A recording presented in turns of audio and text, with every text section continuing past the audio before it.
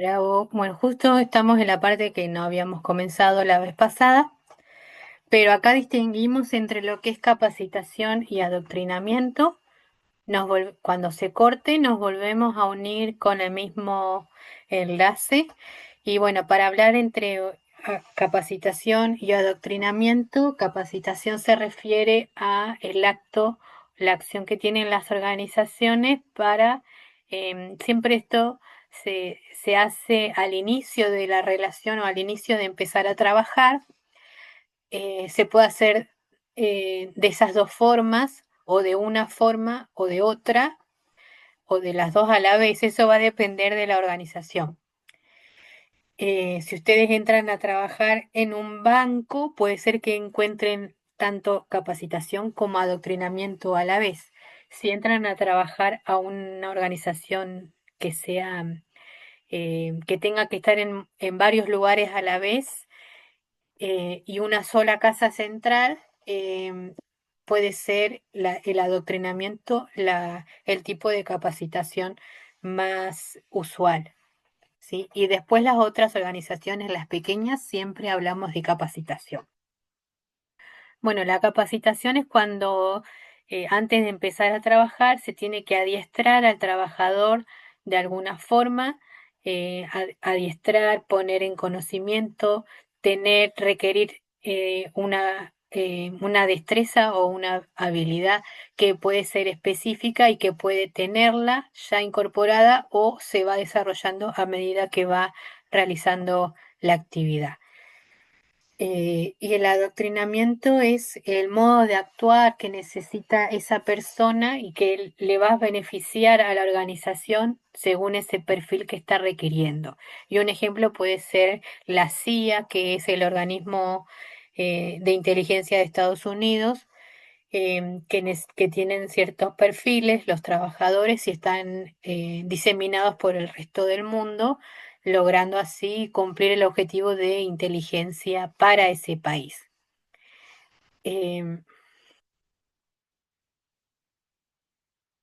Volviendo a la capacitación puede hacerse de dos formas, formal o informal. Informal es cuando no está escrita, o no, no escrita no, sino que no está desarrollada con naturaleza, em, que se la reconozca, que un organismo la reconozca, como si puede reconocer el Ministerio de Educación el grado de estudios de los trabajadores que alcanzaron a nivel primario, secundario y universitario. Pero se le llama no formal o informal a la que carece de esas certificaciones, a las que no están certificadas o no están reconocidas por un organismo que acredite esa calificación, esa formación. Entonces, por eso encontramos en la capacitación formal o informal.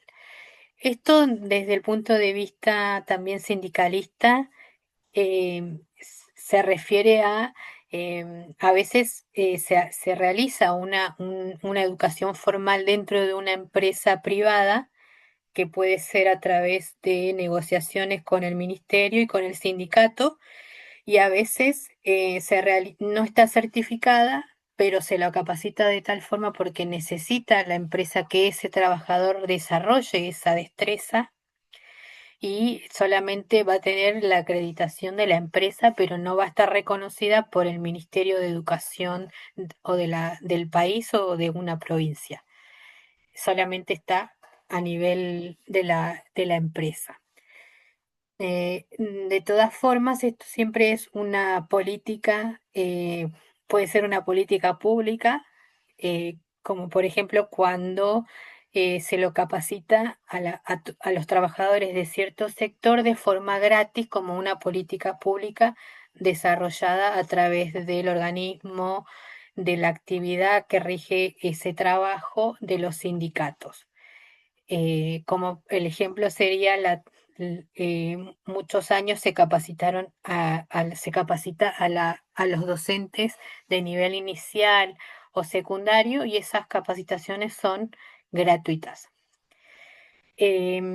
Dentro de lo formal está la educación inicial, primaria, secundaria y la terciaria, em, y también la universitaria. Cuando la actividad de capacitación está altamente registrada y regulada, acá me equivoqué, cuando está regulado y registrado, cuanto más registrado y más niveles educativos abarque, estamos hablando de una capacitación profesional, que puede ser el caso de, bueno, los profesionales de la salud, los doctores, los cirujanos, las enfermeras. Y en el caso de una capacitación que a veces puede ser informal, en la mayoría de las veces que solamente lo hace la persona que está a cargo y es similar al rol de maestro artesano o de maestro aprendiz, y en esa situación Milber lo llama como una capacitación de una estructura artesanal, una organización artesanal, que se va aprendiendo desde el maestro hacia el aprendiz. Acá es aprendiz.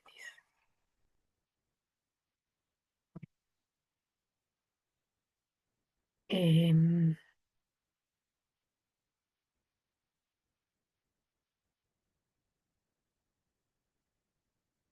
bueno, en la Toyota de Japón, todos los trabajadores están altamente calificados, no hay un solo trabajador, todos son técnicos y técnicos industriales, como o sea, antes de entrar a trabajar ya tienen la tecnicatura industrial, como serían los industriales de acá, el industrial 4, el industrial 6. Pero después van haciendo carrera y se especializan hasta lograr ser ingenieros y son altamente expertos en la organización, sobre todo si estamos hablando de la Toyota. Pueden hacer una carrera profesional de capacitación y tienen la capacitación es como una regla o una norma natural que se practica todos los días.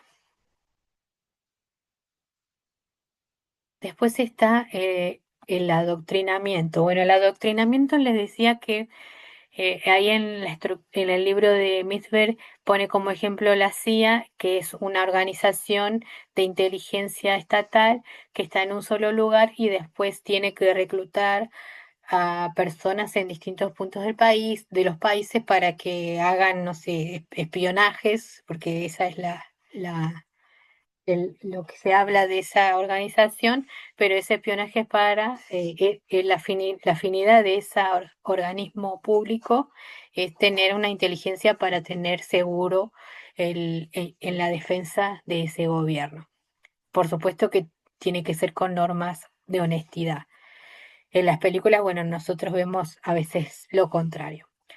Pero bueno, en ese tipo de organizaciones que son muy grandes, que son muy estructuradas, muy específicas, tienen fines especiales, fines específicos, y que generalmente entrar a trabajar ahí es como llegar a tocar el cielo, porque son organizaciones muy emblemáticas, muy grandes, son o corporaciones o multinacionales, y el adoctrinamiento también es una forma de socializar o poner ante la sociedad.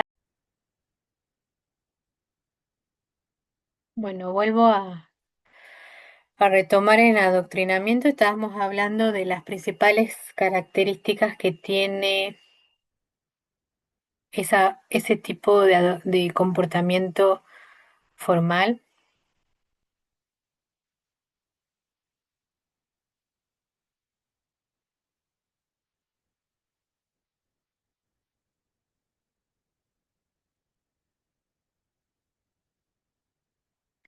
El adoctrinamiento. ¿Ustedes pueden ver la pantalla? Sí.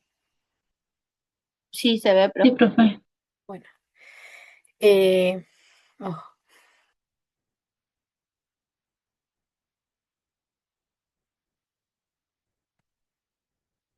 bueno, el adoctrinamiento tiene que ver es una forma que tiene también la organización de poner ante la comunidad de la empresa em, a quién está poniendo al frente de determinada unidad o gerencia, en el caso que sea, por ejemplo, los bancos que tienen muchas sucursales y están diseminadas por todas las partes de forma geográfica, son tipos de corporaciones o de organizaciones que se necesita poner y la persona que entra tiene que aceptar todas esas condiciones de adoctrinamiento que influyen mucho en el comportamiento, el perfil que se necesita que sea, que cumpla, que tenga las características que la organización necesita para ese rol. Por ejemplo, en un gerente bancario se va a necesitar que tenga todas las habilidades interpersonales y sociales que el banco necesita, ¿sí? Aparte de las habilidades técnicas y de experticia. ¿Alguna duda tienen, chicos?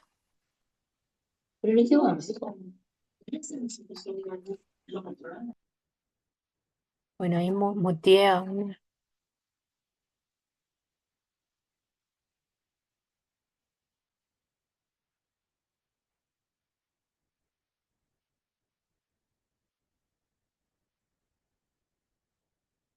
Bueno, las organizaciones que adoctrinan tienen de alguna manera que inculcarle los comportamientos al nuevo aspirante o al nuevo recluta que están ingresando a esa organización.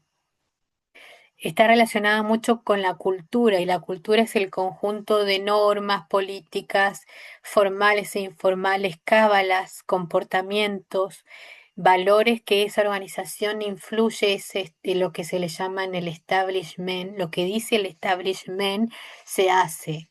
O si el pulgar hacia arriba de ese establishment se está comportando o está haciendo las cosas como ellos quieren. A veces son funcionales, o sea, a veces son funcionales a la organización, me refiero a que son buenas. Cuando el empleado se pone la camiseta de la empresa, es buena porque el empleado está entusiasmado, está motivado, se enorgullece de trabajar ahí. Ahora, cuando encuentra ciertos hábitos que no son saludables, sociales o psicológicamente, ahí podemos encontrarnos ante una cultura que no es funcional, que es disfuncional. ¿Sí? Ahí hay que ver los parámetros que tiene la organización, cómo lo incorpora, a veces con los llamados, ¿cómo se llama? Bautismos de fuego que hacen a los nuevos. A veces algunas son buenas y otras no tan buenas campañas o tradiciones que cumplen determinadas organizaciones.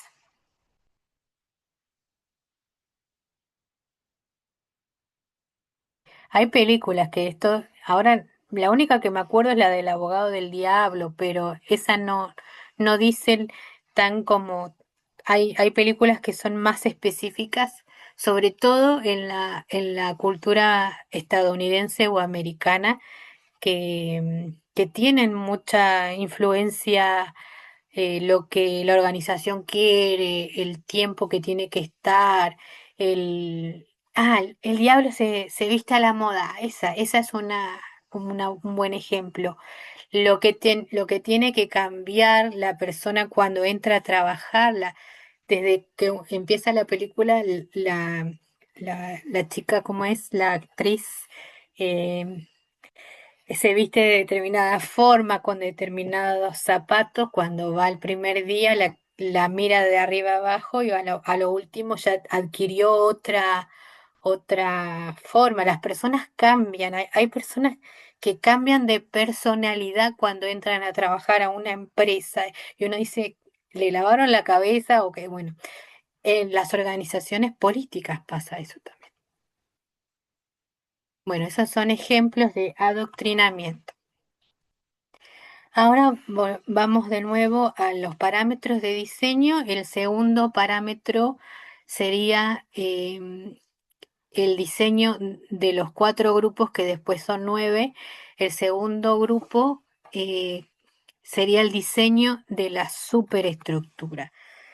La superestructura lo define Misberg, no hay una definición que encontré en el libro, pero sí explica que se debe a aquellos formas, unidades, divisiones en los que se puede dividir o agrupar las organizaciones en el proceso del diseño estructural o diseño organizativo.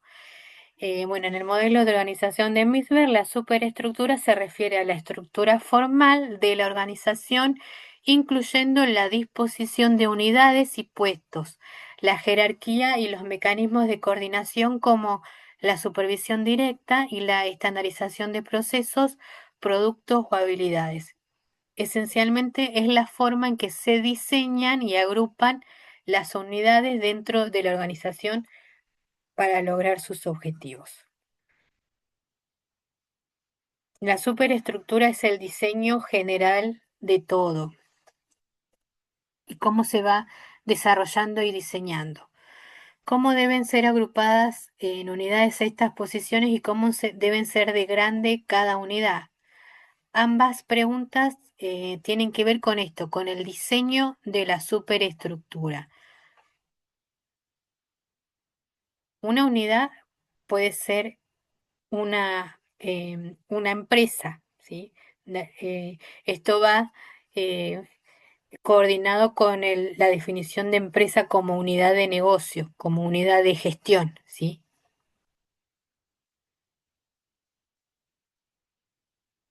Si bien en la mayoría de los libros que encontramos vamos a encontrar corporaciones, esas corporaciones se dividen en unidades que pueden ser distintas empresas, ¿sí?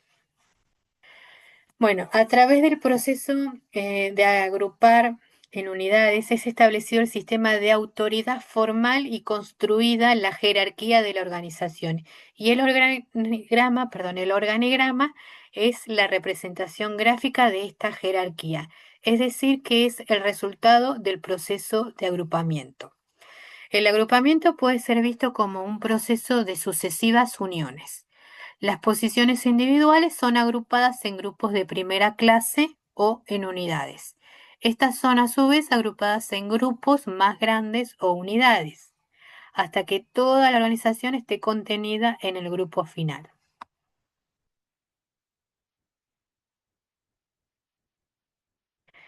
Bueno, acá es larguito, pero en esta parte del diseño organizativo, Misbert te explica cómo puede ser ese procedimiento de lograr el diseño organizativo, que es el diseño de esa superestructura. Dice, dadas las necesidades totales de la organización, que son metas que alcanzar, misiones que cumplir, así como un sistema técnico para lograrlas, el diseñador bosqueja todas las tareas que deben realizarse. Este es esencialmente un procedimiento de arriba hacia abajo, de necesidades generales a tareas específicas. Él o ella, o sea, el diseñador, entonces combina estas tareas en posiciones de acuerdo al grado de especialización deseado y determina cuán formalizada debe ser cada una, así también como el tipo de capacitación y el adoctrinamiento que debe requerir.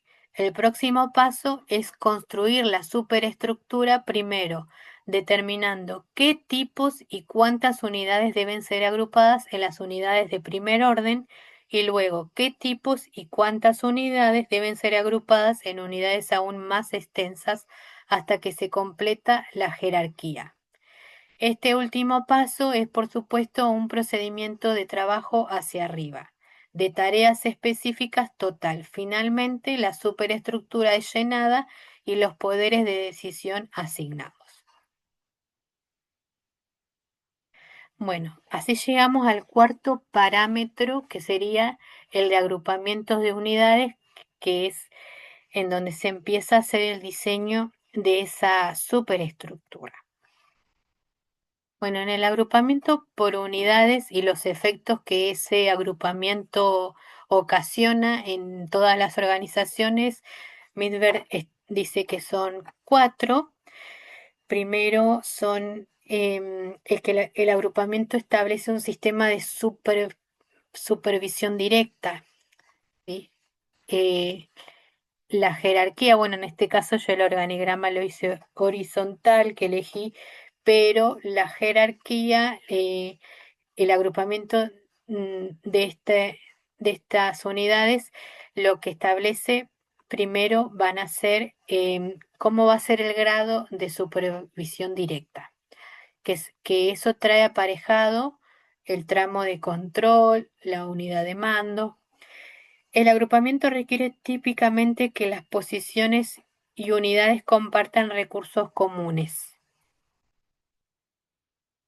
Cuando se diseña una unidad, aparte de ver la estructura jerárquica, la supervisión directa, el tramo de control o la unidad de mando, también podemos ver en términos de recursos, recursos presupuestarios o recursos físicos o recursos de logística, que puede ser una maquinaria cerca o un tipo de recursos que sí o sí necesita esa unidad y se comparte con otras, ¿sí? Por ejemplo, que estén, bueno, la fotocopiadora en distintos, puede estar cercana a varias unidades y todas comparten eh, varias divisiones, pueden compartir ese recurso de la fotocopiadora. Ay, no, espera, me fui. El agrupamiento típicamente crea medidas comunes de desempeño, así como también podemos asignar los mismos recursos a determinado agrupamiento por unidades, también como un indicador medido en términos de control, se pueden también realizar medidas comunes de desempeño. Los costos de las actividades de los miembros o subunidades de una unidad pueden ser medidos en forma conjunta hasta el punto en que comparten los recursos comunes. Esta actividad es muy importante porque a veces se mide quién consume más en cada unidad. Un ejemplo puede ser, bueno, la fotocopiadora de vuelta puede ser que a veces una oficina tiene que hacer, por algún procedimiento sí o sí necesario, tenga que ir varias veces a sacar copias y otra división no tanto. Y cuando se mide ese costo, ahí se va a poder concluir o también se puede rediseñar una futura mejora en algún procedimiento que dice que por qué esta oficina ocupa tanto este recurso en detrimento de otras. Eso sobre todo se hace cuando se empiezan a a instalar un sistema de gestión de calidad. Y el cuarto punto es finalmente el agrupamiento alienta al ajuste mutuo, alienta a los grupos, se vayan formando grupos informales, que no necesariamente tengan que ver con la estructura formal. Y luego nombra 6 bases de agrupamiento, que lo que a veces vemos en distintos libros como tipos de departamentalización, que son 6 los que dice Mesmer. Uno es el agrupamiento por conocimiento y destreza. Por ejemplo, en el organigrama que tenemos a la derecha, la parte de arriba, el director general, director de carrera de literatura, se necesita profesor de literatura moderna y profesor de literatura clásica. Y el director de la carrera de economía, profesor de análisis económico uno y así sucesivamente según el grado de conocimiento o destreza. Y en el agrupamiento por proceso de trabajo y de función, em, se puede dividir la empresa en sus funciones, como en el caso del organigrama de abajo, está dividido por recursos humanos, que son las funciones, ¿sí? mercadotecnia, operaciones o finanzas. A veces un proceso y una función parece que son sinónimos, pero en realidad cuando a veces una función no es un proceso. Por ejemplo, dentro de la función de dirección de operaciones se realizan varios procesos. Se realiza, por ejemplo, laminado, fresado, no sé, procesado o torneado. Son procesos y funciones no son procesos, son lo que se hace en esa área, la función, ¿sí? A veces coinciden que sí, que es lo mismo. Y pueden coexistir, y puede inclusive ser, porque acá la creatividad no tiene límite, puede haber organigramas mixtos que tengan varios o multidivisionales.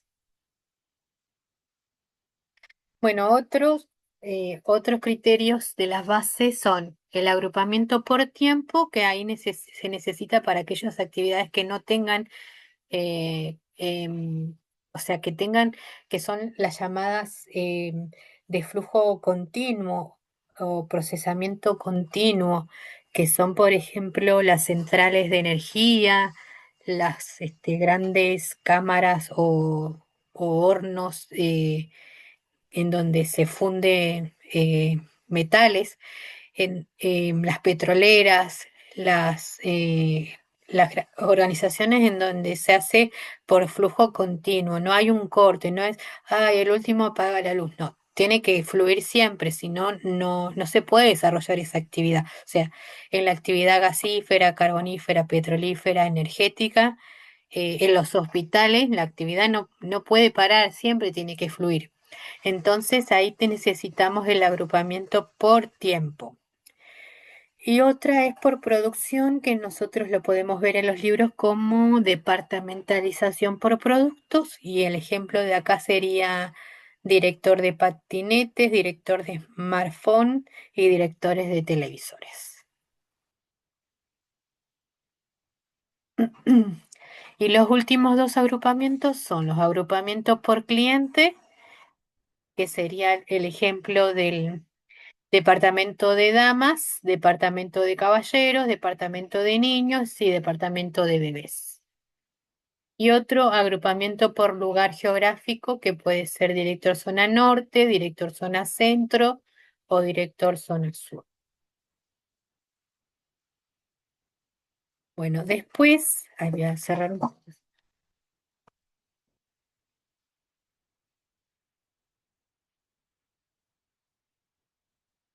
Después, el agrupamiento de unidades. Misber dice, bueno, sacando esos seis podemos reducirlo a dos principales que van a ser agrupamiento de mercado y agrupamiento funcional. Por agrupamiento de mercado entendemos todas esas organizaciones en donde se van a agrupar o departamentalizar de acuerdo a los fines que ella esté manifestando establecer. Por ejemplo, en las de los bancos, el fin sería, los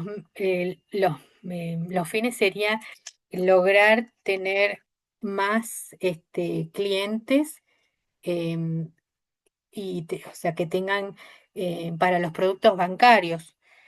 Y en la del agrupamiento funcional tiene que ver con los medios o las formas que tiene esa organización de lograr esa estructura. Por ejemplo, funcional serían las empresas que realizan, por ejemplo, servicios de salud, em, servicios de rayos X, servicios de laboratorios de exámenes. Bueno, son ejemplos. Después vamos a hablar con más criterio teórico esos dos tipos de agrupamiento que Misber sintetiza a raíz de los seis básicos anteriores nombrados. Después habla sobre 4 criterios básicos para establecer en el agrupamiento. Y acá habla mucho sobre la interdependencia en la corriente de trabajo, que tiene que ver cómo fluye de estación a estación, de estación de trabajo a estación de trabajo, el flujo de producción o de servicios. Y él dice que lo mejor sería una interdependencia de corriente de trabajo natural, que sería el caso del diagrama de abajo, que se ve que no está obstaculizado con distintos recorridos que hacen en contraposición a la de arriba, que es muestra una estructura no natural a la corriente de trabajo, y las líneas punteadas muestran muchos recorridos o flujos de esa corriente que van y vienen de un lugar a otro. Lo ideal sería que sea natural, que vaya de una posición secuencial y lineal hacia la otra, porque de esa forma se puede lograr mejor una interdependencia que sea entre tareas operativas. El ejemplo de las estaciones son hilado, corte, tramado, blanqueado y teñido. Esto a veces ocurre cuando hay una mala distribución física de las estaciones, porque se habrá hecho de determinada forma al principio. No había un cuello de botella acá, hay cuellos de botella acá, acá y acá, que obstaculicen el fluir sin límites del trabajo o de la estación que necesita ese producto ser atravesado en esa corriente de trabajo. Bueno, a veces ocurre porque hay una mala disposición de los materiales, de los recursos y del espacio físico, ¿sí? De la maquinaria está mal instalada, o las estaciones de trabajo que están atrás, y la que tiene que estar adelante está atrás, y así sucesivamente. Bien. Otra sería las interdependencias de procesos. Las interdependencias de corriente de trabajo no son, por supuesto, las únicas. Acá después lo corrijo. Deben ser consideradas por el diseñador de la estructura. Una segunda clase son las de interdependencia con los procesos usados en la corriente de trabajo. En realidad tenemos interdependencias relacionadas con la especialización, que favorecen al agrupamiento funcional. Eh, Acá no hay un ejemplo ni un organigrama, pero tiene que ver con, en vez de las corrientes de trabajo, con los procesos que se deben realizar. Hay procesos que o pueden llevar más tiempo, o son más complejos, o el producto tiene que ir varias veces por ese mismo proceso. Entonces, las interdependencias en el agrupamiento por unidad en vez de realizarse por la corriente del flujo de trabajo, se va a realizar por los procesos que allí se realizan. Un ejemplo era la de los yo decía, taller de reparación de automóviles, en donde una estación puede ser la parte mecánica, el arreglo de la parte mecánica del motor. Otra estación puede ser el arreglo eléctrico del motor. Otra estación puede ser la chapa y la pintura. Otra estación puede ser el alineado y balanceado. Y así. Entonces, fluye el producto, pero no va a ir a todas las estaciones de trabajo. Va a ir solamente a las que necesite ir, porque solamente sufrió daño de motor y no de chapa y pintura. Es un ejemplo. Bueno, después el tercer criterio básico sería la interdependencia de economías de escala. Pero acá no estamos hablando de la economía de escala de la organización que tiene que realizar para lograr una mejor competitividad, sino que estamos hablando de que la empresa, ¿sí? Ese sector, ese agrupamiento de tareas, logre una economía a escala nombrando un solo unidad o división en vez de muchas satélites a la vez, que eso puede incurrir en un costo desmedido y desproporcionado. El ejemplo es el área de mantenimiento o el área de sistemas. El área de mantenimiento no puede haber en cada división o función un área de mantenimiento para esa función. Entonces se va a poner una sola área, como en el organigrama, que se ocupe de todas las demás divisiones o funciones que realiza la organización. Acá también puede ser el caso de sistemas o del área de técnica de sistemas de información, en donde es- va a traer economía de escala a la empresa, minimizando ese costo de esa función, poniendo una para todas las áreas y no una en cada una de esas áreas porque sería un despilfarro de dinero. Y la última es la de interdependencias sociales, que ahí el Misber dice que pone el ejemplo de las minas, de los operarios que trabajan en una mina de carbón, se necesita agrupar a esos operarios afines a los grupos que tienen buena relación. ¿Por qué? Porque la tarea es riesgosa y si están agrupados por personas que caen bien, se van a cuidar mutuamente.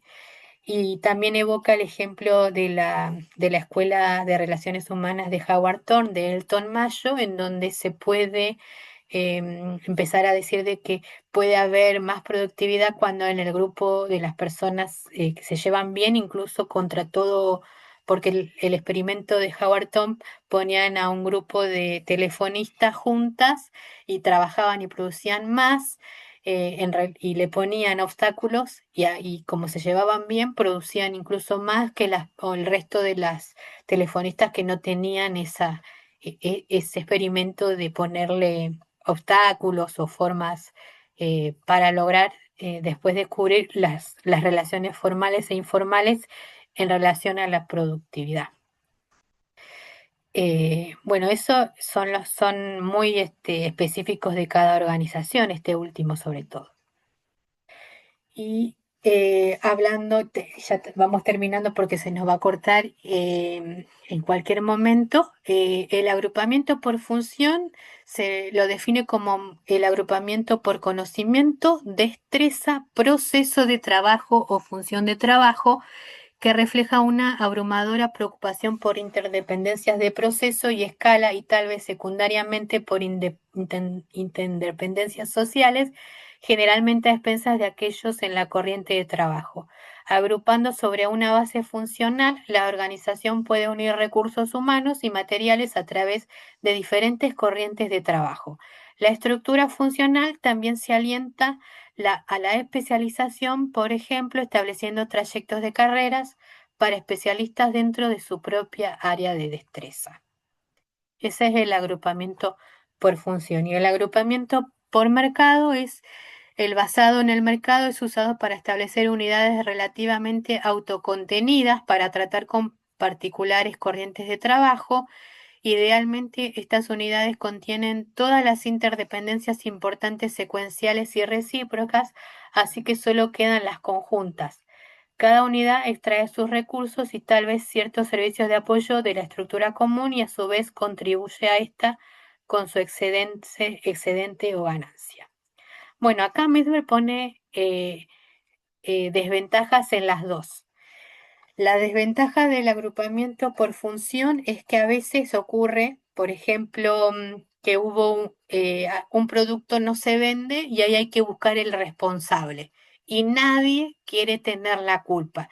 Se echa la culpa al de marketing, el de marketing le echa la culpa al de producción, el de producción le echa la culpa, no sé, al de compras, el de compras le echa la culpa al de marketing.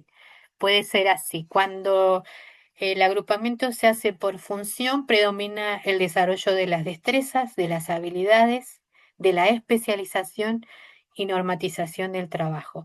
Y en el agrupamiento por mercado, el ejemplo que pone Mitzberg es la del Banco de América, que tiene sucursales regadas por todo el país, y la desventaja es que a veces em, esa en realidad se distribuyen en sucursales y están todas altamente centralizadas y em, l- los, l- em, le rinden los resultados a la casa central.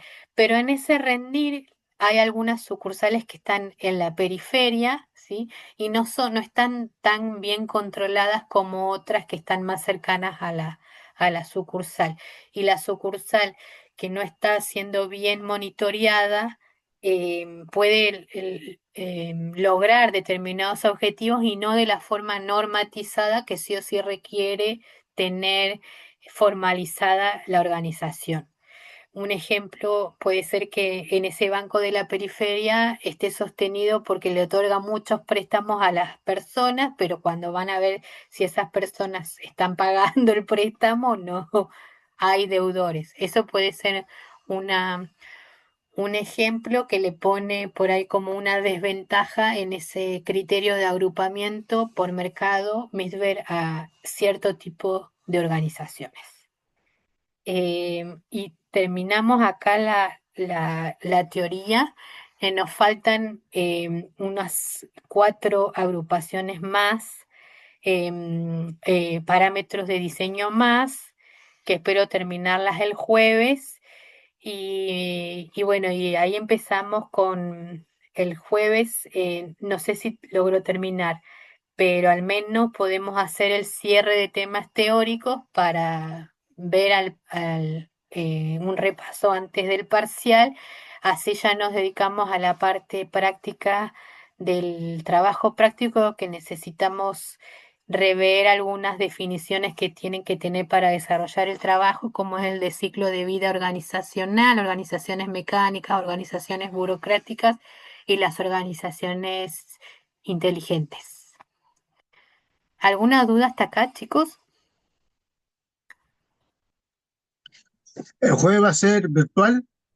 Sí, hasta ahora, si Dios quiere, o si ustedes prefieren, yo hasta ahora puedo de las dos formas. Si ustedes me dicen, yo lo puedo hacer o virtual o presencial, como ustedes quieran.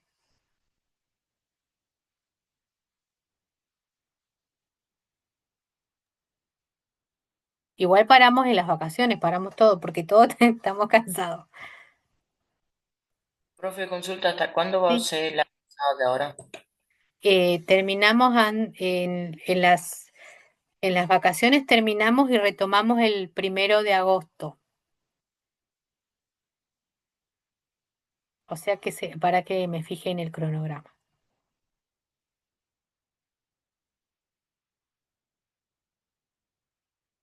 Ay, no lo traje.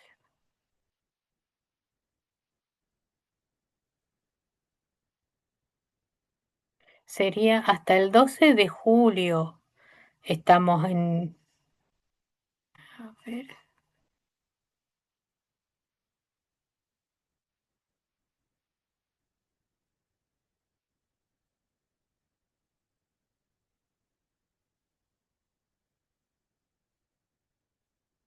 Sí, nosotros Profe, una hasta el 12 consulta. de julio. ¿Sí? Sí, sí. ¿Qué pregunta? La fecha del trabajo práctico la vamos a cambiar. Sí, ¿cuál sería? ¿El TP1? Sí, porque tengo una consulta respecto a los libros y las preguntas tampoco están, no las entiendo.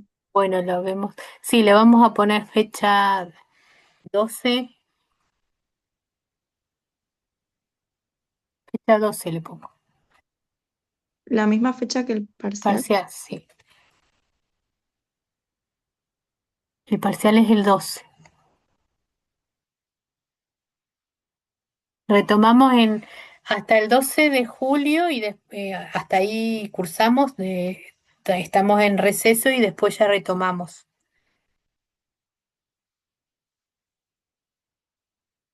Profe, y en el caso que se curse el jueves virtual y yo tengo un final, ¿cómo hago? Si quiere empezamos más tarde, el jueves, a las 16. No sé si quieren. A las 16 podrás. Ahí Porque voy a cortar la